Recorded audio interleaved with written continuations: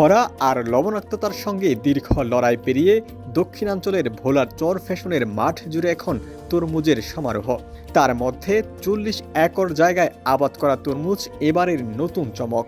কারণ এসব তরমুজ চাষে রাসায়নিকের বদলে ব্যবহার করা হয়েছে জৈব সার ও বালাইনাশক। প্রথম ধাপেই বাজিমাত, বাম্পার ফলন, স্বাদেও এক ধাপ এগিয়ে। তার উপর চাষাবাদে খরচ কম। নতুন সম্ভাবনা উকি দিচ্ছে চর ফ্যাশনের তরমুজ চাষে। এবার কৃষি অফিসারেরা আয়া আমাদের জৈব সারের কথা কইছে, বিভিন্ন পদ্ধতি শিখিয়ে দিছে।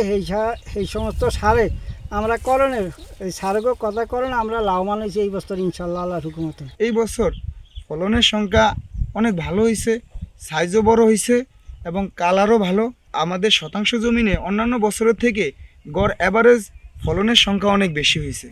তথ্য বলছে কৃষি সম্প্রসারণ অধিদপ্তরের টিস্যু কালচার ল্যাবরেটরি কাম হর্টিকালচার সেন্টার স্থাপন ও উন্নয়ন প্রকল্পের আওতায় প্রায় ৪০ একর জমিতে জৈব সার ও জৈব বালাইনাশক ব্যবহার করা হয়েছে। রাসায়নিক সার ব্যবহারে জমির উর্বরতা যেমন কমে যায়, তেমনি চাষাবাদেও খরচ বেড়ে যায়। ফলে জৈব সার ব্যবহারে আরও লাভবান হবে কৃষক, এমনটাই জানালেন এই কৃষি কর্মকর্তা।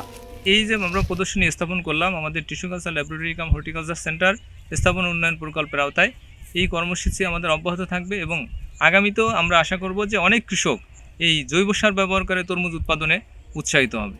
দ্বীপ জেলাটিতে প্রায় ৪০ বছর ধরে তরমুজ চাষাবাদ হচ্ছে। তার মধ্যে চর ফ্যাশনে এবছর প্রায় ১২,৮৭৫ হেক্টর জমিতে তরমুজের আবাদ হয়েছে, যার বাজার মূল্য প্রায় ১৫০ কোটি টাকা। জৈব সার ব্যবহারের তরমুজ চাষ কৃষিখাতে হয়ে উঠতে পারে সম্ভাবনার এক নতুন দিগন্ত।